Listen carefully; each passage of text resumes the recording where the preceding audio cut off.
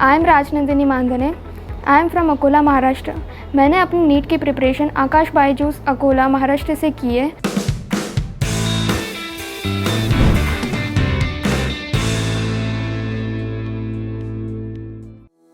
मेरी आकाश के साथ जर्नी शुरू हुई थी जब मैंने 10th में NTSC प्रिपरेशन के लिए आकाश की टेस्ट सीरीज़ लगाई थी। तब रिज़ल्ट्स भी काफ़ी अच्छे आ रहे थे, टेस्ट भी बढ़िया हो रही थी, क्लासेस, डाउट क्लियरेंस सब कुछ अच्छा हो रहा था। सीनियर से भी बहुत कुछ सुना था आकाश के बारे में, रिज़ल्ट्स भी बहुत अच्छे थे और नीट प्रिपरेशन के लिए बहुत पॉपुलर इंस्टीट्यूट चल रहा था उस टाइम। तो फिर और घर से भी नज़दीक था और साथ ही साथ जो फैमिलियर एनवायरनमेंट यहाँ पे था वो और कहीं नहीं मिल रहा था। So I choose to continue my journey with Aakash. I have heard about NTH, Aakash national talent hunt exam, जो कि आकाश में एडमिशन लेने के लिए it is a entrance exam. और मैंने ये 2019 में दिया था, जिसमें मेरा ऑल इंडिया रैंक 230 आया था। और फिर एक साल बाद आकाश के साथ 11th करने के बाद में जब मैंने 2020 में एग्ज़ाम दिया था तो उसमें मेरा ऑल इंडिया रैंक 22 आया था। Means it was an immense improvement. और 10th तक बहुत सी एग्ज़ाम्स दी थी, पर ऐसी कोई नहीं दी थी जिसमें ये पता चले कि हम कहाँ स्टैंड करते हैं, हमारी क्या कैपेबिलिटीज़ है। तो NTH एक ऐसा प्लेटफॉर्म था जिसमें हम लैक्स ऑफ स्टूडेंट्स के साथ में कॉम्पीट कर रहे हैं। और it was a national level exam.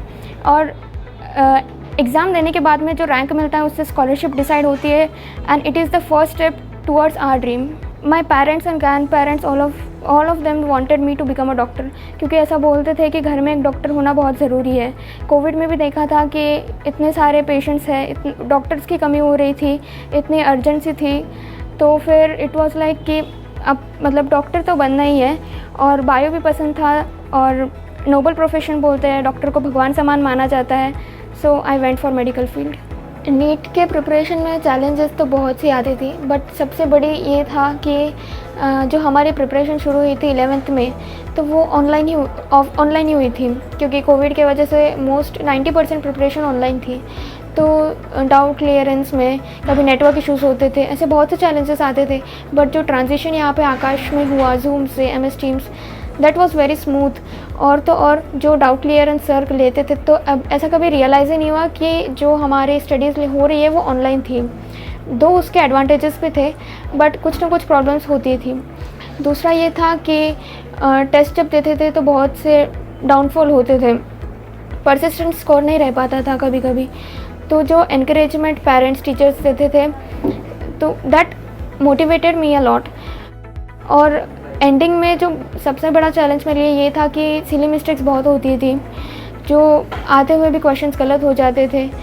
तो फिर टीचर्स के सजेशन से जो एज दे सेड कि रेगुलर एंड जितने ज़्यादा पेपर्स देंगे उतना ज़्यादा अच्छा होगा और सिली मिस्टेक्स कम होंगी। तो I followed it and it help me a lot. तो लास्ट के 1-2 महीने में मेन फोकस था टेस्ट सीरीज़ पे।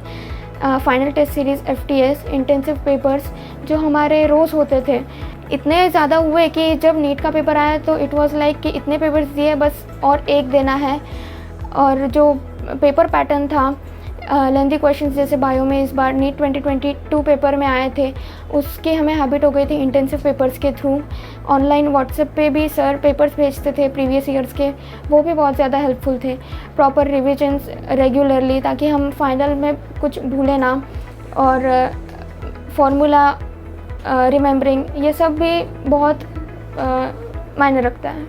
For any success parents have a great role to play in. सुबह उठने से तो सोने तक my mother use to always be there with me. आगे कौन सा पेपर आने वाला है, उसमें क्या सिलेबस है, रिजल्ट्स क्या आए हैं, कितना स्कोर है, ये सब मतलब मुझसे ज़्यादा इंटरेस्ट तो मेरी मम्मी को रहता था।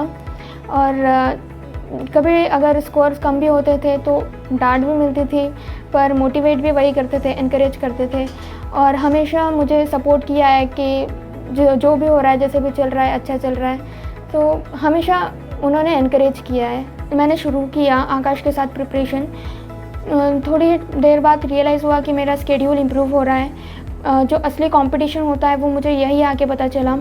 और प्रॉपर गाइडेंस जो सर टीचर्स देते हैं, डाउट क्लियरेंस, सब कुछ बहुत अच्छा था। जो एक रूटीन चाहिए था फॉर एन एस्पिरेंट, वो एक रेगुलर रूटीन आ रहा था।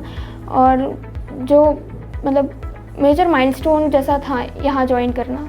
As a night wise is hard work तो करना पड़ता है, 2 साल है, बट आफ्टर कंप्लीटिंग नीट हमें ये रियलाइज़ होता है कि नीट कुछ भी नहीं था। But preparing for a NEET to join government medical college, ये तो हर नीट एस्पिरेंट का ड्रीम होता है। Hard work, there is no substitute for hard work. ऐसी एग्ज़ाम के लिए हार्ड वर्क भी चाहिए, स्मार्ट वर्क भी चाहिए।